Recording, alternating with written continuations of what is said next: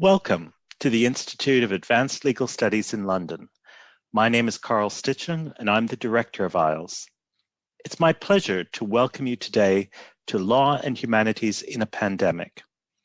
This series of monthly remote workshops seeks to make sense of the wide-ranging relationship between law and the pandemic through the insights of the humanities, broadly understood as the set of cultural influences which are shaping the use of law and the responses to it.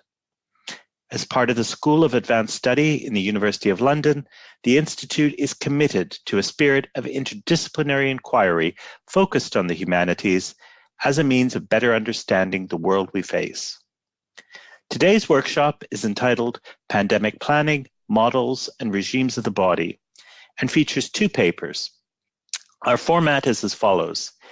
Each speaker will have around 25 minutes to present their paper, and questions can be raised by our audience members in the Q&A function at any time. Following each speaker's presentation, I will attempt to moderate questions to the presenters and to raise your general questions and comments at the end of the session.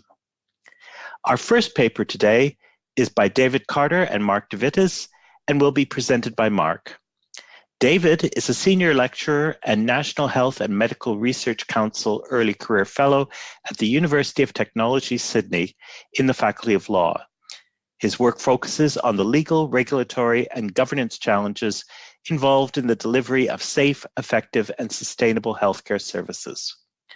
Mark is a lecturer in the Department of Art History at the University of Sydney. His research has been supported by the Cité Internationale des Arts, Paris, the Getty Research Institute, Los Angeles, and the Newberry Library, Chicago. His work focuses on the agency of material culture and its capacity to impact social histories of place, identity, and cultural transference. Their paper is entitled Masking Then and Masking Now, Compliance and Resistance During the 1918-1919 Influenza Pandemic. Welcome, Mark. Over to you. Thank you so much, and thank you to everybody who has made it possible for us to join you today. Because I'm dialing in from Australia and it's 11 p.m. here, I might launch into the paper so as not to delay proceedings any further. I'll just share my screen so that you can see my PowerPoint, and then I'll start.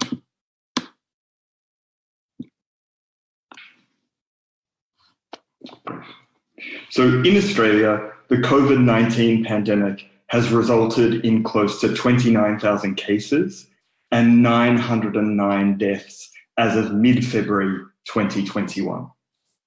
Much of the Australian media commentary on the pandemic has characterised COVID-19 and its effects as unprecedented.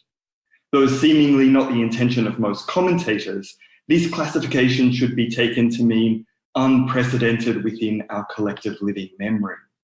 In fact, the loss of life, spike in mental ill health concerns, and massive and deeply felt disruptions caused by COVID-19 are significantly smaller in scale than those brought by an earlier influenza outbreak, which occurred some 100 years ago at the end of the First World War, the so-called Spanish flu of 1918-1919.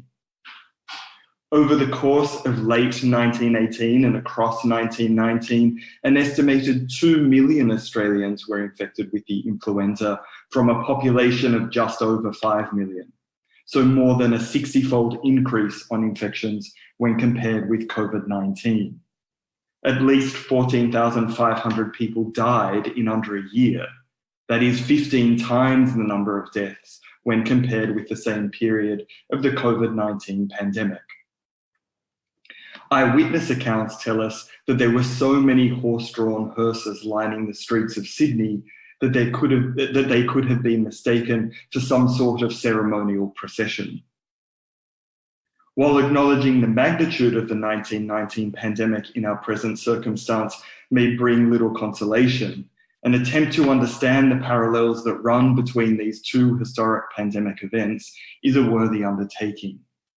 Australia's current pandemic modelling and planning regime directly draws from the history of the 1919 influenza pandemic, which endures as the model for what to expect epidemiologically, socially, and otherwise. As such, the 1919 outbreak is deeply significant in our present, as it is used to measure and shape our responses to COVID-19. Despite the monumental impacts of the 1919 influenza pandemic in Australia, no sustained body of scholarly work has been undertaken to chart its impacts, unlike efforts to document the history of the pandemic in the United Kingdom, United States, or Spain, for instance. It has recently been argued that the root of this Australian influenza amnesia lies with the pandemic's entanglement with Australia's nationalist and federalist orientations, as the 1919 outbreak occurred within the early period of federation of the former Australian colonies. Affirming that the influenza generated one of the first and very public and heated disagreements between the recently federated Australian states and between state and the newly formed federal government may contribute to an explanation of its relative neglect in the scholarly literature. From the existing scholarship, which tends to focus on either a history of public health policy at an institutional level or epidemiology, it remains unclear how the influenza affected the lives of individuals and particular communities, as neither the reception of medical and government advice the public received, nor the regulations that were forced on them, have been studied with critical depth.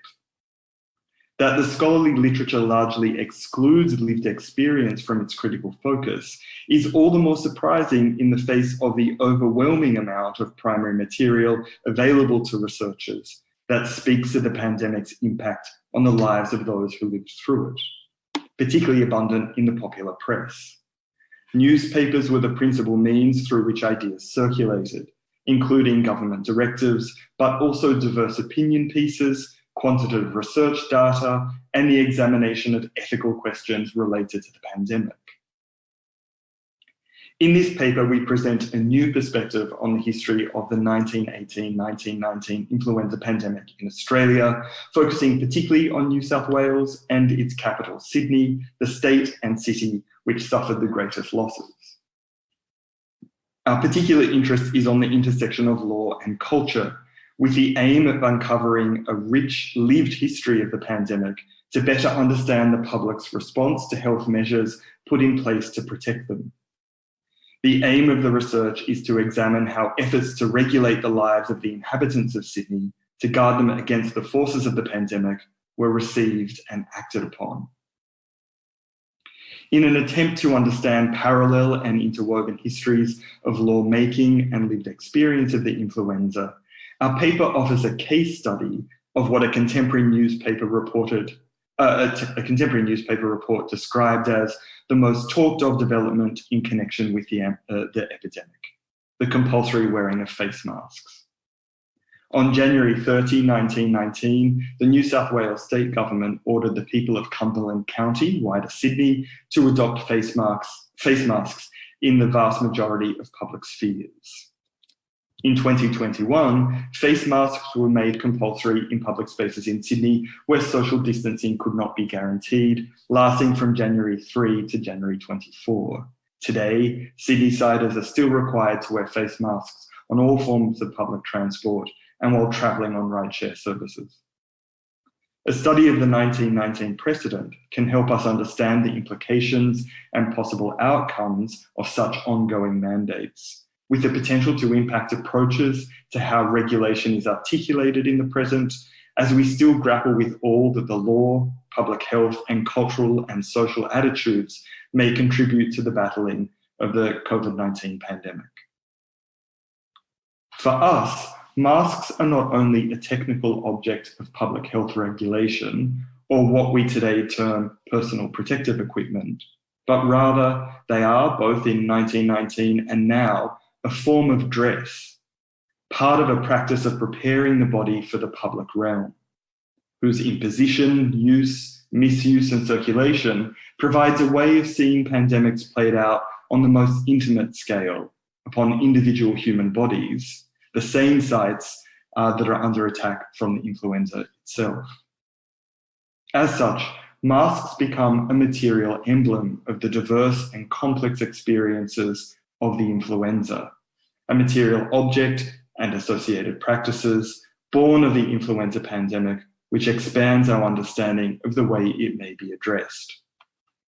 Drawing on a variety of legal, governmental, and broad archival sources, our paper will demonstrate how both formal and informal efforts to regulate the progress of the virus continually required negotiation with existing social and cultural practices.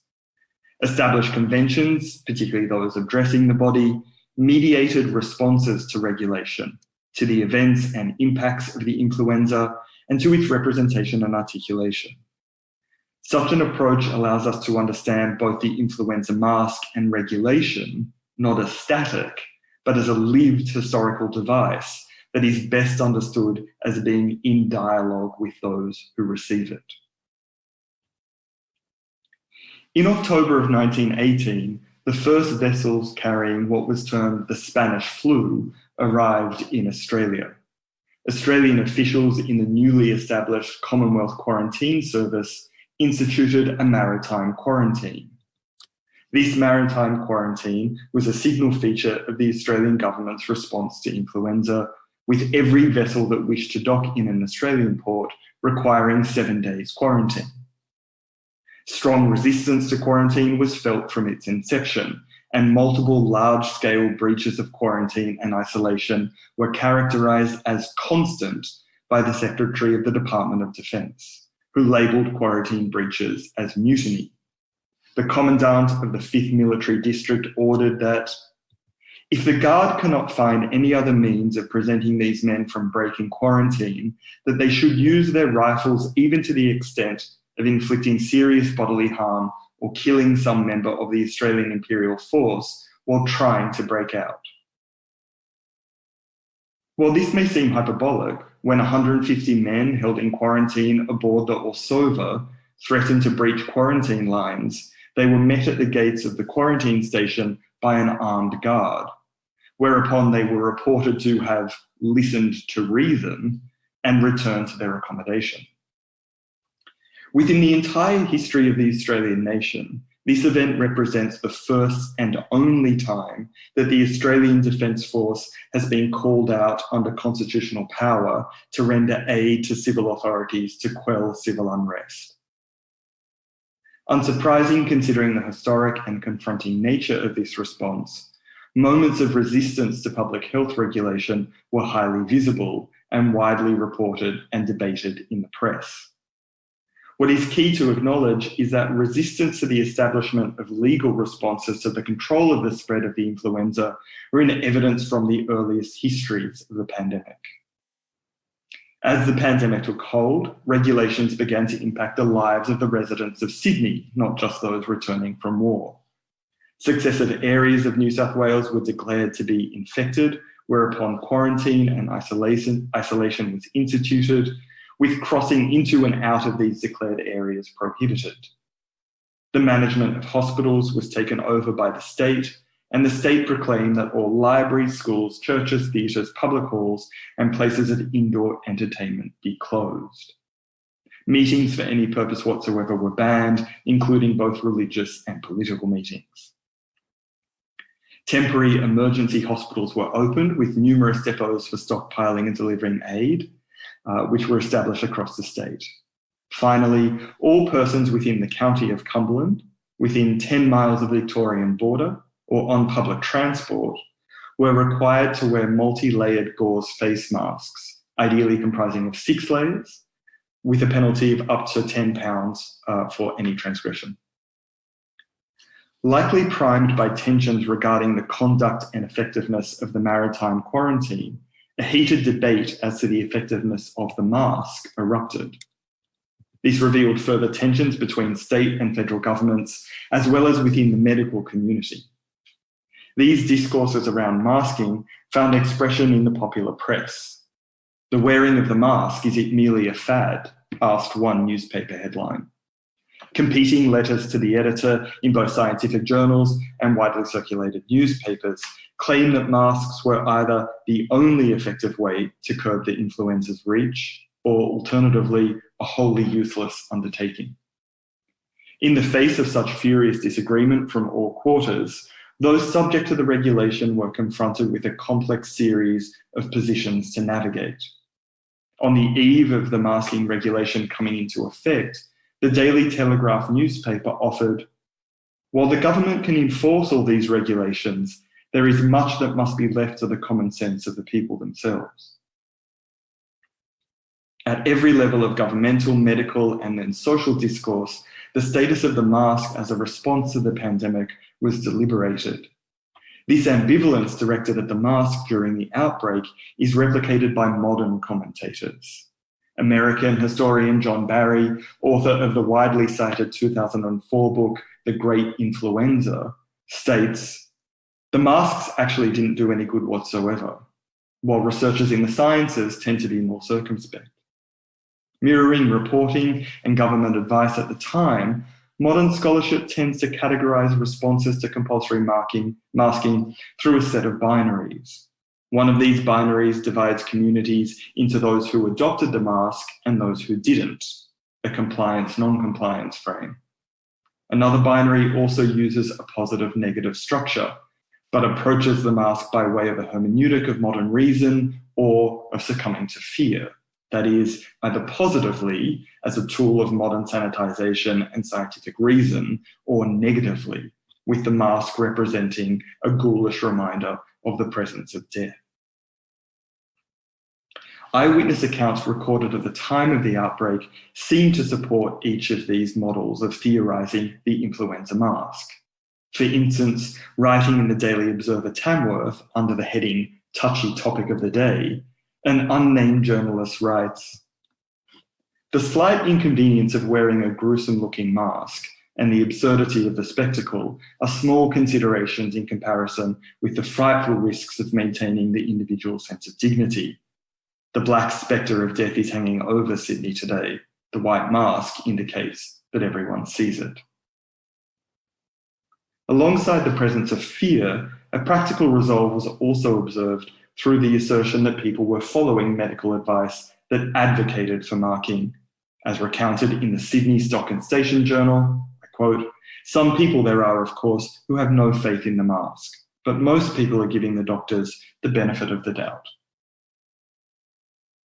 Yet neither of the frames of compliance or non-compliance, based on ideological or medical grounds, nor the richer figuration of the mask as an object read as an expression of reason or fear, fully encapsulate Sydneysiders' experience of masking regulation.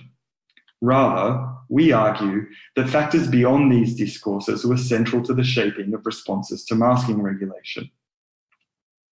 On Tuesday, the 4th of February 1919, just days after the regulation had been proclaimed, the Sydney Morning Herald reported on a count undertaken in various parts of the city. In a 15-minute period, 327 people were observed in one location with bare faces, and 260 in another. Importantly, of those who were unmasked, only a dozen had no mask, whilst the rest, several hundred people in each instance, had a mask with them, but were simply not wearing it in accordance with the regulation. These eyewitness accounts reveal that the simple question of whether people accepted or rejected the usefulness of the mask is not a sufficient way of understanding responses to masking regulation. We see that simple compliance or non-compliance was not the sole consideration facing the population of Sydney. Instead of only focusing on the binary of compliance or non-compliance, or alternatively fear or reason, what is essential is that we understand why people made seemingly inconsistent and complex choices to have a mask but not to wear it, for instance, and how these relationships with masks were formed in practice rather than through a fixed stance, that is, a stance of staunch opposition or support akin to the ideological debates that played out in medical journals, scholarly journals, government reports, or opinion columns in newspapers. For us, The mask is a material object, one made of layers of cloth. Masks were applied to individual bodies, worn in a social world in specific real-world contexts. In short, the materiality of the mask, the demand made to wear a mask on the body, and the lived experience of doing so is absolutely essential to understand the reception and resistance to the masking regulation. This position is supported by contemporary reports, which typically frame the wearing of the mask in terms of embodied experience. That is, one in which a material object operates on and with the body, a dialectic that is established between the social world a body inhabits, an act of dressing, and the particular experiences of an individual dressed body. A typical account of masking from the time underlines the mask's reality as an item of embodied dress. After an hour or so, there is an overwhelming sense of partial suffocation, a feeling of intense heat, and the most uncontrollable yearning for surreptitious inhalations of atmosphere without the intervention of gauze. Drawing from the phenomenological tradition of Merleau-Ponty and Bourdieu, approaching such accounts of mask wearing as an embodied experience allows for a carnal sociology, locating the adoption of the mark as situated bodily practice, where the body is not inert, but functions as a perceptive vehicle of being, indivisible from self. Thus, the potential benefits of masking, both in terms of health outcomes and avoiding the penalties of non-compliance, must be negotiated through the body and are bodily determined, rather than being the sole result of adopting a fixed position within a discourse. The breakdown of the dialectic between the body and its practices, in this instance through the wearing of a mask, occurs if the wearer is overwhelmed, as characterized in the quoted passage that you can see, either by physical discomfort, impracticality, or physical limitation. When such a rupture occurs, the question of compliance with masking regulation becomes more complex. The intention to comply and the associated social and moral pressures to follow the law is confronted by the physical mask and the embodied experience of wearing a mask. Activated in this way, the notion of non-compliance becomes reconfigured. Determining factors that drove compliance with masking regulation must then move debate as to the mask effectiveness as a tool against the spread of the influenza to include materiality and embodied experience in their reasoning. As the Cumberland Argus and Fruit Growers Advocate observed in 1919, as the day wore on and the heat increased, men were seen to be everywhere wearing their masks on their foreheads and around their necks. Men and women who wore their masks religiously in the fresh and uncontaminated air of the streets took them off unconcernedly in stuffy railway carriages. "They are too beastly hot," said they, "and we can't get enough air through them." Some smokers wore masks fitted with a flap through which they stuck their pipes. The tension in this scenario between environment, impulses, regulation, and structured codes of conduct gives expression to Bourdieu's concept of the body's limits as a factor in determining the range of possibilities within a lived environment. The reporting on the experiences of those living through the masking regulations repeatedly demonstrates the body's role in determining the possibilities and limits of regulation. Besides environmental concerns, bodies themselves could generate conditions internally that rendered compliance with the regulation void, at least from the wearer's perspective. An account offered by a young woman charged with failure to wear a mask on a tram on Sydney's Oxford Street gives that she was only able to wear her mask under her chin for she was suffering from catarrh, a build-up of mucus in the airway, and could not breathe effectively through the gauze if her mouth and nose remained covered. She was charged regardless. Furthermore, adopting the mask in high-risk spaces of public gathering was impractical in other ways. It might limit the body's passage through essential social or cultural actions required to function in a particular space or context. A headline printed in the Tweed Daily on Friday, the 31st of January 1919, reveals as much without further need of explanation. Churchgoers to wear masks, sermon in muffled tones, possible elimination of hymn singing. Rather than a site where the irrational unmasked self combats the rational masked self, or where choice can be understood as an absolute value rather than as highly context dependent, responses to masking were configured primarily as a lived experience, a physical one. Logically, wrapping the advised 6 layers of gauze around the lower half of the face produced a rapidly altered bodily experience, which was at times untenable. If dressing is a ubiquitous act of preparing the body for the social world, then regulations which connect with the dressing of the body must be configured through the experiences of the body as it actually inhabits this world. Even the dissemination of public safety information was impacted by the adoption of the mask, framing the mask as self-defeating in some instances. At a public meeting that took place for the purpose of galvanising compliance with regulation, I quote, "Mr. Rankin endeavoured to address the crowd through the mask and created amusement in the effort.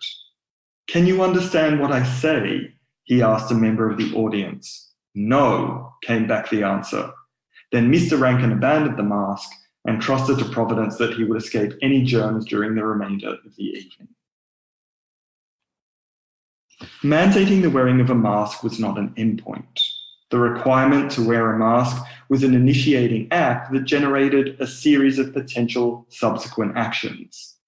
The inconsistent adoption of the influenza mask demonstrates the nature and degree to which masks required their wearers to negotiate a web of associations that the introduction of the regulation instigated. Regulation is then not an endpoint, but the start of a dialogue with the public that should be refined in accordance with how that specific public responds to the regulation. There are many parallels as well as differences between the discourses and materialities of masking in 1919 and 2021. Considering the experience of wearing a face mask, however, and despite significant shifts in social, cultural, and technological realities between 1919 and today, a core of common occurrences are evident.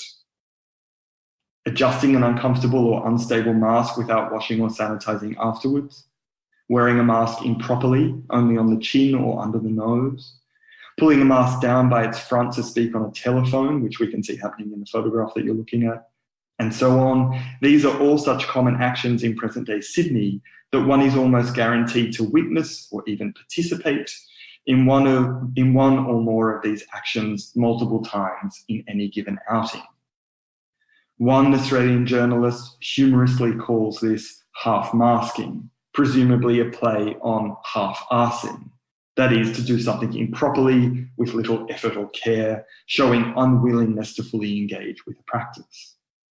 A scan of very recent reporting and research that speaks to half-masking reveals that it's less likely to be caused by concern over infringements to civil liberties or scepticism as to the mask's effectiveness. Rather, half-masking largely appears to be driven by a series of context-driven responses, from the cost of masks to non-medical physical impediments, such as having a beard, issues of general comfort, breathing issues and impaired vision, including but not limited to glasses being fogged, skin irritations, the desire to smoke a cigarette, the joy of casual sex, or fear of abuse or aggression. While public health orders and the information provided by state regulators may tell us the correct way to interact with devices meant to protect us, they rarely address the minutiae of experiences we may encounter as we attempt to follow regulations and advice, leaving such support to come informally through personal networks or even beauty columnists. As in 1919, today, even those tasked with disseminating health information have struggled to comply with masking regulation. In a national news report on a leading Australian commercial television channel, broadcast on January 4, 2021, a pharmacist was interviewed on the eve of the introduction of compulsory masking in Sydney. In one shot, she restocked shelves in her pharmacy, wearing her mask strictly according to New South Wales health advice. When moving to talk to the reporter, however, the pharmacist's mask appears to have slipped below her nose, presumably through the act of conversing. Unable to rectify the situation without a lengthy procedure of removing the mask, washing or sanitizing hands, and remasking, the mask is left worn ineffectively and possibly harmfully, covering the pharmacist's chin and top lip, with her nose left exposed and rubbing against the mask's fabric. Much like Mr. Rankin during the 1918-1919 pandemic, who had to remove his mask to convey information related to the outbreak, the pharmacist in question demonstrates the limitations of regulation, the agency of the body, and at times the awkward and problematic intersection of the two. As we attempt to regulate the progression of the novel coronavirus, we become witness to a particular kind of encounter, perhaps even a meeting of laws, as between well-established social and cultural norms and the law of the mask. In this encounter, established convention of the dressing of the body overlaps, is met, and then alters the reception, representation, and articulation of formal law. The way that these forms of authority find their mutual co-constitution in the pandemic mask allows us to understand both the mask and the task of regulating COVID-19, not as static, but as a lived and historical apparatus best understood being in dialogue with those who receive it, a mask or regulation that operates upon and with the body. Thank you. Well, thank you very, very much, Mark. And sorry that I lost connection there for a couple of minutes, but it was a fascinating paper. Questions are welcomed in the Q&A function at any time. If I can start, though, I did wonder about, and I take the point about the relationship of the lived experience of the body, but if we connect that to kind of broader ideological forces, I mean, in a current pandemic, anti-maskers sometimes describe the mask as being like a muzzle, that it's constraining speech and voice. And I'm wondering to what extent those ideas resonated in the influenza pandemic, especially around this a new Australian identity, as in whether that identity was characterized in terms of a kind of freedom from constraints and of the old world. If there's something you found in your research in that. Thanks so much for your question, Carl. And I'm sure David has ideas he'd like to contribute here as well, but I might begin. Very much there is this sense, particularly thinking about people like service people returning from the war, that they have been burdened with enough. And that's a lot of the discourse positions it in those terms. And you see it in everything from sort of poems that are written and published in the press at the time, to letters to the editor, and also in military journals who advocate for sort of leniency or understanding given towards service people who are returning because they have suffered enough, they've had to go through quarantine, and that they are subject to all of these regulations on top of the hardships that they've been through. So I think that idea that in some way there is kind of restraint, or that there is sort of a muzzling, I know that I've heard that as well in 2021, seems to be something that is discussed. It's interesting to think about the qualitative data that is presented in 1919, but also sort of observations that have been made in the present. I think often in terms of some ideological position, it's it's easy to articulate and identify. It's also clickbait in the media. Often it's dramatic. It certainly has been here in Australia, where police have been involved. There's been violence, foul language, other kinds of transgressions or crimes, and the person has been charged often with multiple things, even though there have been few violations given out and even fewer kind of people being charged. I think those things are very present and very visible. In terms of the number of transgressions that are made outside of ideology, simply in terms of how one experiences masking, particularly in Australia, and it's interesting to think about the parallels between the two pandemics and the periods of masking, both of which occurred or at least began in the summertime in Australia. It seems like things that are physical and environmental create potentially less visible but more frequent transgressions. I don't know what David would have to contribute as well. Yeah, look, I think I would obviously second everything you say there, Mark. I think an interesting part of what Carl reflects on there is this question of the kind of oppression of the mask. I mean, and we're pointing to it being quite sort of physically oppressive, and there's an interesting connection there between the kind of physical oppression of speech, in fact, which is wonderful. But I suppose I want to highlight that something that we were surprised by when we started this work, and we started this work in 2018 before, and everyone was sort of quite shocked as to why we would be bothered to be researching something so quaint, they felt at the time, was that indeed the actions of the state in Australia, both now, in fact, but particularly 1918 and 19, were indeed very oppressive. I mean, there's these wonderful orders that are being signed by the Premier and the Governor of New South Wales, where they're editing by hand. You can see in the archive whether or not they're going to, in fact, make very clear that, for example, political gatherings are, in fact, banned. And in the end, they sort of cover it over by changing the wording right at the last minute, so that it's not quite clear that it's being banned, but it, in fact, indeed is, and that is their intention. In addition, I mean, we noted that briefly, but it has long been held that the Australian military has never been called out to quash or quell civil unrest in Australia. But indeed, our work is, I think, the first work that's been done to show that, in fact, the military was called out here at the request of the Premier of New South Wales and forced men who'd just come back from the First World War back into quarantine at the end of a bayonet. That's, again, kind of a very real oppression in a sense, maybe well justified, but real. And then, I mean, just very quickly to your kind of, I think, really wonderful question about the kind of sense of federation and freedom. I think Australia at federation, I think it would be fair to say, federated largely out of a combination of many things, but one of them certainly was out of fear, and it was an uncomfortable federation between what were former independent, sort of semi-independent colonies.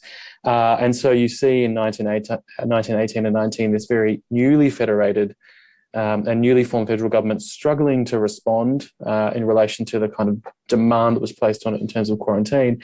And then these vicious, to be frank, exchanges between the Premier of New South Wales and Victoria in particular in relation to the conduct of Victoria. There's a wonderful image that's repeated in the New South Wales press in 1919 of Victoria personified as a woman wearing the mask where it suits her, which is to say over her eyes. And New South Wales, for example, sends trains down to Melbourne to rescue its citizens from recalcitrant Victoria, where masking was not a regulation, only New South Wales. This is, of course, some may know, repeated in the contemporary moment, where there is a kind of very stark difference between the experience of masking and the experience of pandemic in relation to COVID between Victoria and New South Wales. Very interesting parallel that occurs there as well. And David, I'm curious to see what you think, but one of the things that we've been working on that didn't quite make it into this paper because we didn't have enough time was the language that is used in 1919 seems so much more aggressive. And even though there have been tensions between premiers and between federal and state governments in 2021, it doesn't seem as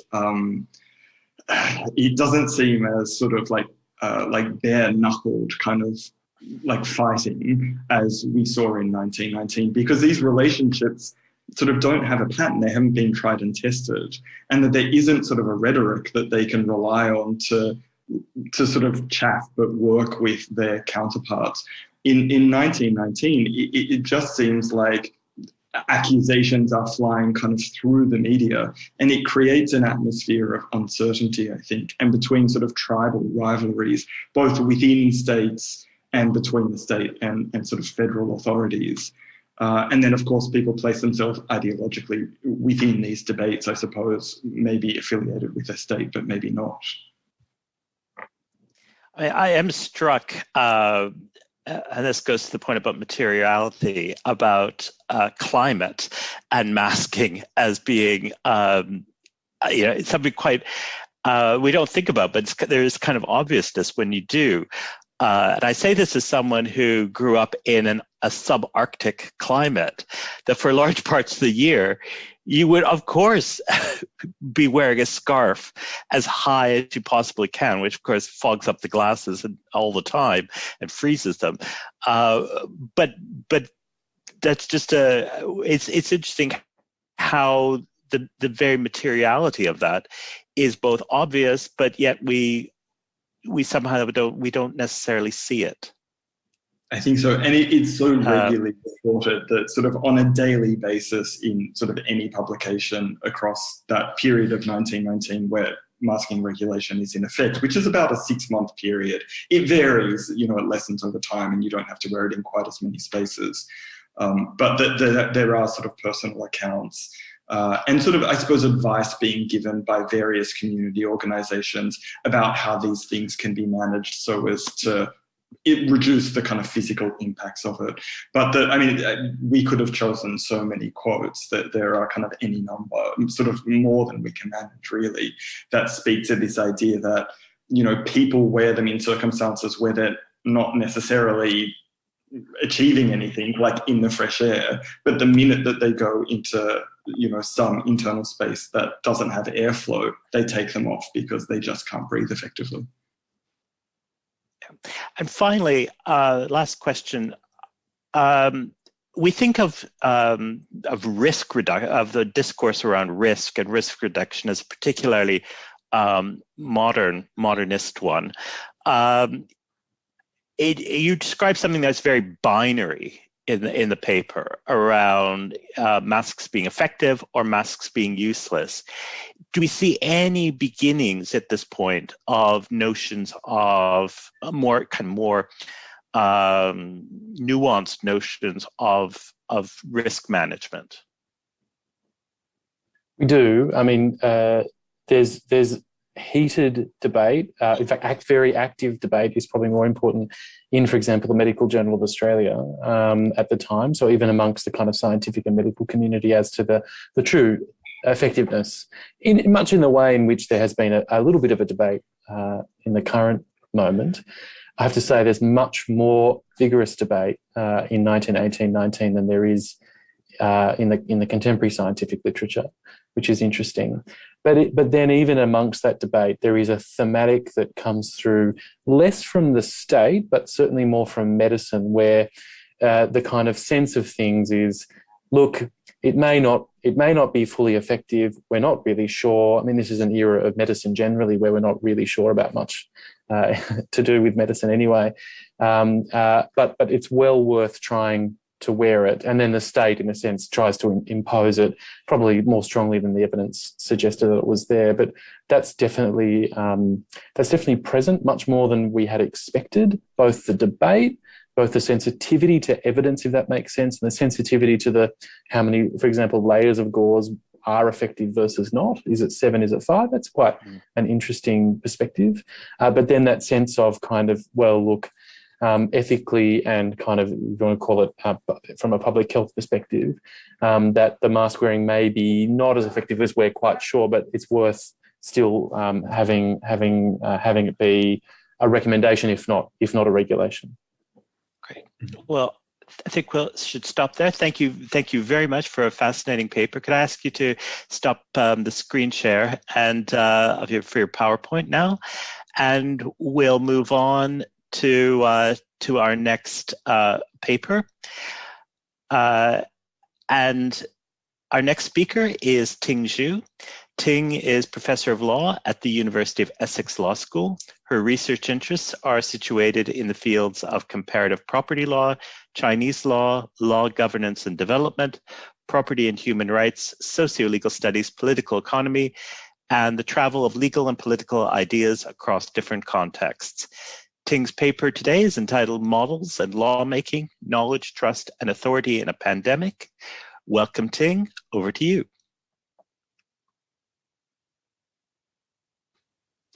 Well, thank you, Carl, for your kind introduction, and thank you, and also Darlie, for organizing this wonderful event. It is an honor to be part of this director series. So today I'm just sharing my screen with you.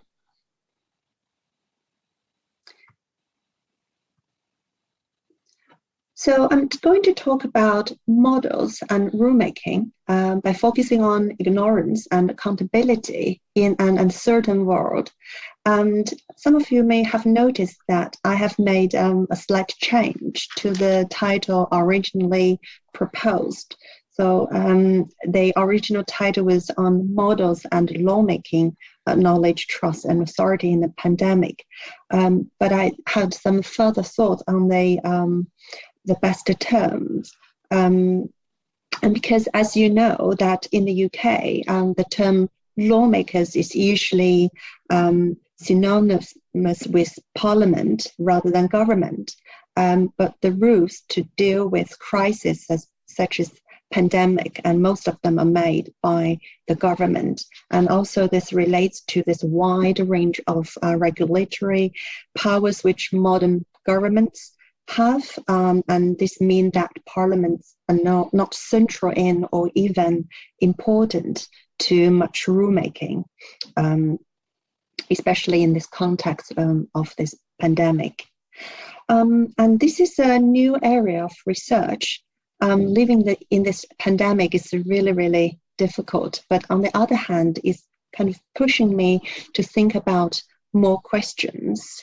For example, this mathematical models played a key role in persuading the British government to implement lockdown to tackle this pandemic. And it has raised important questions about the relationship between models and rulemaking in the pandemic. So my presentation and the forthcoming article are outcomes of such reflection. So I would like to reassess the relationship between modeling, ignorance, and uncertainty in the context of rulemaking in this pandemic. And in my presentation, I will explain the reason why the conventional views on the relationship between modeling, ignorance, and uncertainty is problematic. And I will focus on some key concepts to be discussed in the forthcoming articles, such as uncertainty and ignorance, and the ways in which we could provide an alternative strategy to this context-free, number and model-based decision-making. In an uncertain world, whether it be a financial crisis or a global pandemic, rules need to be made under circumstances where facts are uncertain, values in dispute, stakes high, and decisions urgent.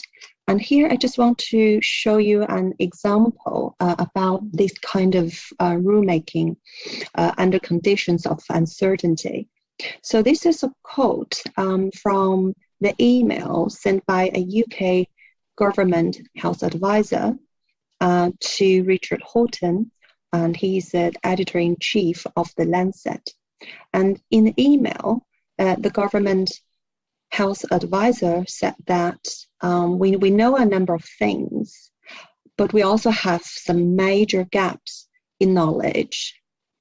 But we still need, to make decisions and rules about the pandemic in managing this pandemic. So, and this is really, really difficult. So it's just an example to show you the kind of rulemaking in the context of this pandemic and more generally under conditions of uncertainty. So in such an uncertain world, rulemaking is being increasingly influenced by knowledge produced in other disciplines and by other groups of experts, and the most pertinent example being the reliance upon mathematical models by rulemakers, for example, by the officials in the Ministry of Health.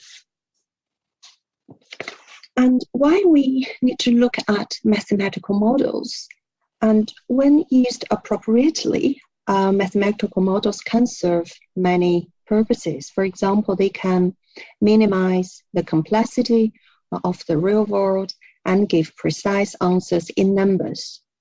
And the use of mathematical models, however, has limits, especially under circumstances where modeling is based on a paucity of data and a significant degree of abstraction and uncertainty is involved.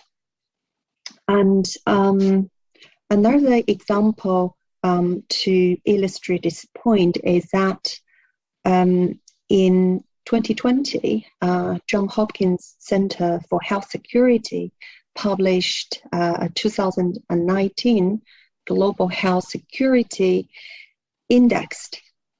And for the purpose of the index, and I quote from the report, and it said that this GHS index is intended to be a key resource in the face of increasing risks of high consequence and globally catastrophic biological events, and in light of major gaps in international financing for preparedness. So that's the purpose of this index. And if you look at the ranking, it puts United States on top of the list, followed by United Kingdom. So this report, in this report, the United States was regarded as the safest place to be in case of a pandemic. But we all know the reality. So really, and same questions can be asked on the number of COVID-19. So for those numbers, are they too few, too many, or too late, or simply they're just simply misused? So we need to question the over-reliance upon models and modelers by rulemakers. And in order to do this, we need to examine some key concepts. Oh, and also related to this question on this over-reliance on these numbers and models, I have recently published a working paper with some colleagues on the ethics of quantification. So if you are interested in this topic, it is available as a working paper on the website of the UCL Institute for Innovation and Public Purposes. So just in case you are interested in this topic. Okay, so let's look at the first concept to be examined, which is uncertainty. And in Kay and King's 2020 book, Radical Uncertainty, uncertainty is defined as the result of our incomplete knowledge of the world, or about the connection between our present actions and their future outcomes. And there is a related a concept, which is risk. So it was, for example, defined in Bach's 1986 book, Risk Society. And in that book, risk is defined as a systematic way of dealing with hazards and insecurities induced and introduced by modernization itself.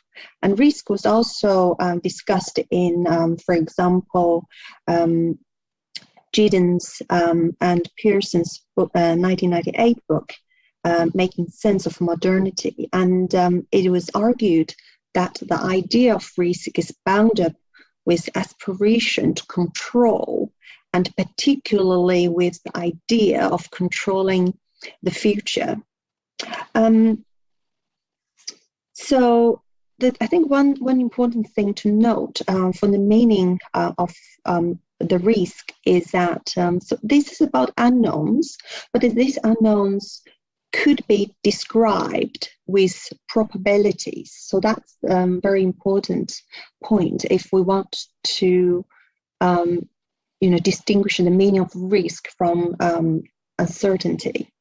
And for probabilities, and these so this like modern probability theory has arisen in several fields in the interactions between people and modern complex technology. So these fields include, for example, economics, computer science, and the most recent artificial intelligence. So for risk, it can be described with probabilities. But uncertainty is different. So uncertainty cannot be described with probabilities. And I think this difference was made actually early in the 1920s by, for example, Frank Knight. He's an economist in his 1921 book on risk, uncertainty, and profit. So he made the same distinction, and he argued that risk is where we know what the possible outcomes are and can estimate the probabilities. And by contrast, uncertainty is where we are unsure about the probabilities of particular outcomes. So I think this difference between risk and uncertainty is quite important. And I also want to examine the meaning of ignorance. And the conventional views on ignorance is that it is seen as either the absence or distortion of truth. And so if we take this kind of understanding of ignorance, then the most common approach to ignorance has been either elimination or absorption by applying some form of scientific method and including using mathematical models. So for rulemakers, and if there's like over-reliance on this kind of scientific method, then that will lead to this, I call it taming ignorance. So ignorance is being tamed by mathematical modeling through this judgment of probabilities. And like taming ignorance, I think it will include several things. So the rulemakers may fail to understand that uncertainties are actually conditions of knowledge itself. So they tend to frame and construct possible futures with these objective situations. And also they tend to apply probabilities to every instance of our imperfect knowledge about the future. And they use models to justify their predetermined agendas, and therefore undermining the importance of communicating what is not known. So the rulemakers can also offload accountability to models they chose. So I think if we still stick to the conventional views on ignorance, that may lead to some consequences, and this will significantly undermine the accountability of rulemakers. So this is just something about the question on numbers and also this number-based decision making. Now I want to move to challenges to the conventional views on ignorance. And in some disciplines, including philosophy, sociology, and economics, there have been challenges to the way we approach the nature and function of ignorance. For example, some studies have highlighted the virtue of ignorance. So this is about learned ignorance or self-awareness of ignorance. And it was regarded as virtue for most of the history of Western philosophy.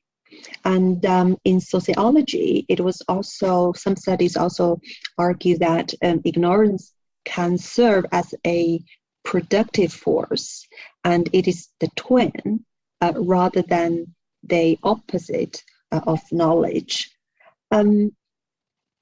So if we have this kind of refreshed understanding of the nature and function of ignorance, then we will be able to understand that uncertainty cannot be described as well-defined, this numerical probabilities, and we should be prepared to lean into the reality of not knowing, and the rulemakers should emphasize the importance of communicating what is not known when they are making the rules, for example, about the pandemic under conditions of uncertainty.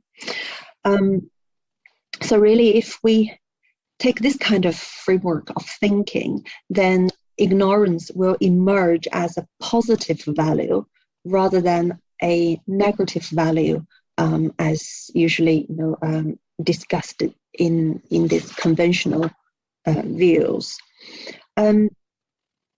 So what like the aims and objectives of this research, and they fund a paper article about this topic, is that I would like to examine the relationship between modeling ignorance and uncertainty in the context of rulemaking through a case study of the interaction between modeling and rulemaking under conditions of uncertainty in the pandemic, in order to improve the accountability of rulemakers.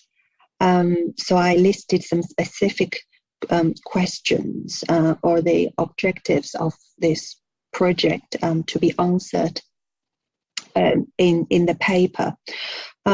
So in the case study, I will look at some sources, for example, the reports and the legal texts, and like speeches from like this rulemakers, in order to map the ways in which ignorance and uncertainty have been articulated, constructed, and communicated through the interaction between modeling and rulemaking in this pandemic. So I think that's so just introduce some this theoretical and conceptual framework I will examine in this article, and the aims and objectives. So, and I'm still working on the paper, and this is still work in progress. So your questions and comments are very welcome. And if you have further questions, you're very welcome to send me an email Thank you for attending my presentation. Thank you.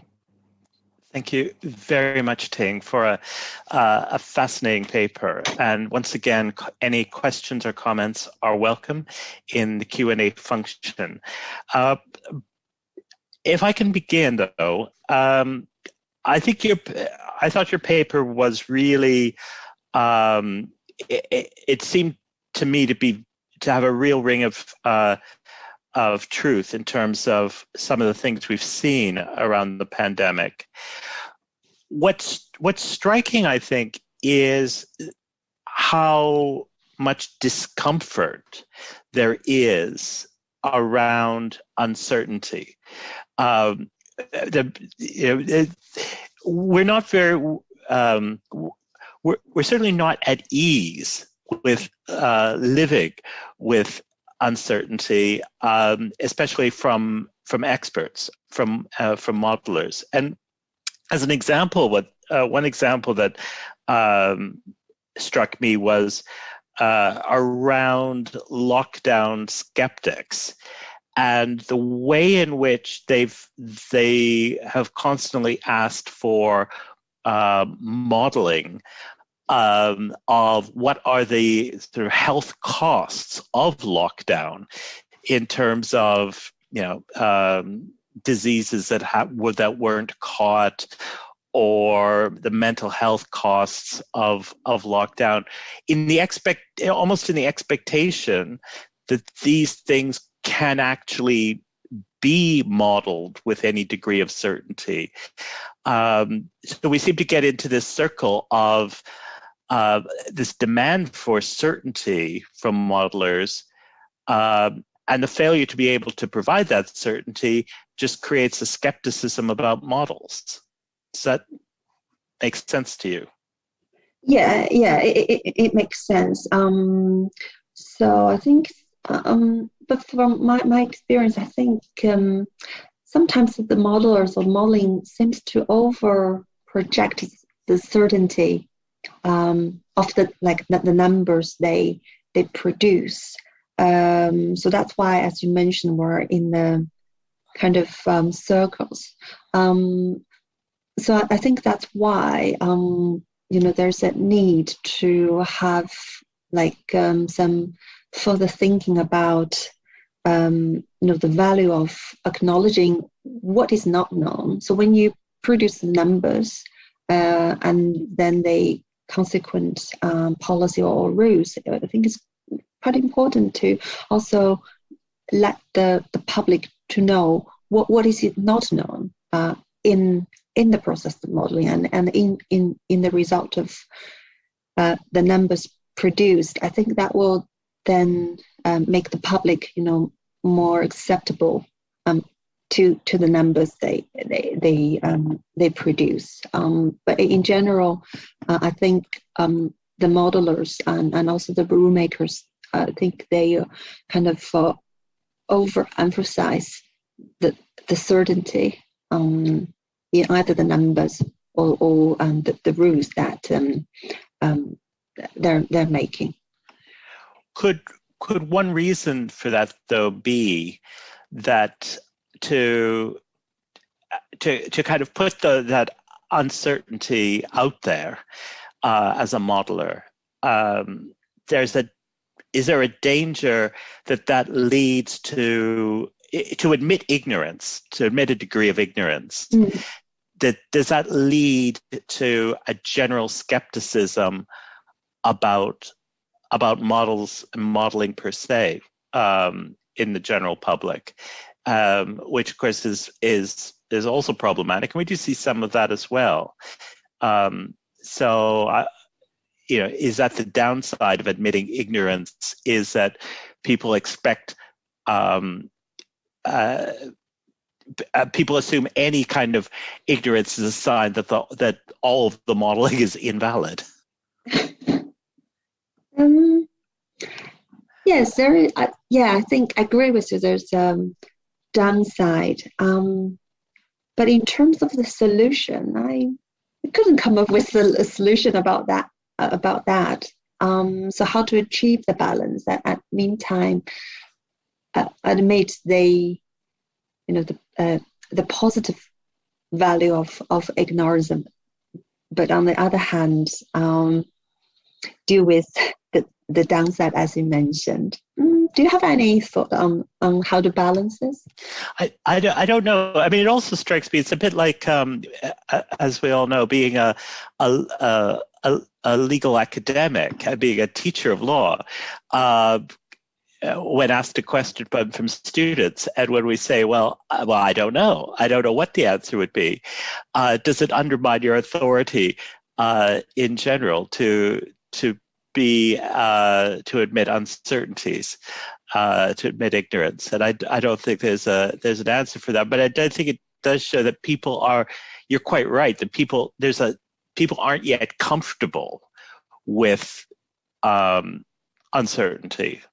And I wonder, though, in terms of rule makers, if they don't help matters with that refrain that we heard so much of, especially earlier in the last year, that they are following the science. This constant refrain of following the science, which seemed to me to try to put this veneer of absolute certainty on the modeling.